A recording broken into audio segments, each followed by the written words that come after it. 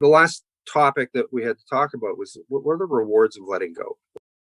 I can tell you what they've been for me. Peace of mind, that inner peace that we sometimes describe with the word serenity. I'm not so exhausted all the time. I'm not wearing myself out trying to run the entire universe. And every once in a while, I will notice that I'm getting tired and overextended, and it's Richard, have you stepped back into that job of general manager of the universe? Because it's exhausting.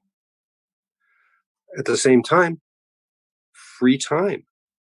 When I stopped being responsible for running the entire universe, suddenly I had time to catch up on my reading. I had time to spend with my dog. Freedom.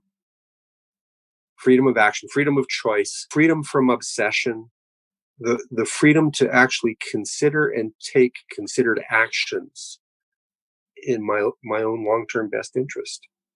Freedom from fear and obsession and resentment and anger and misery and sadness.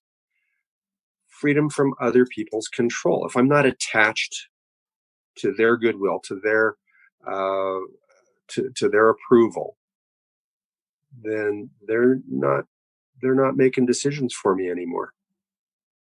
I've removed the strings. I'm not the puppet anymore.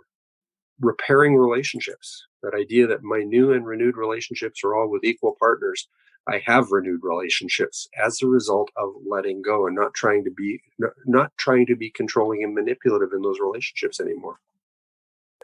Ultimately, maybe the biggest reward of letting go, self-esteem. That instead of holding myself to impossible standards that are outside my control, because keep in mind, if I'm the general manager of the universe, then everything is my fault. World War II is my fault somehow, and consequently, I am constantly a failure. But now, if those things are not mine to control, then I can look at the things that I do have control over, and I can see where I'm actually making some progress, and I gain a little bit of self-esteem.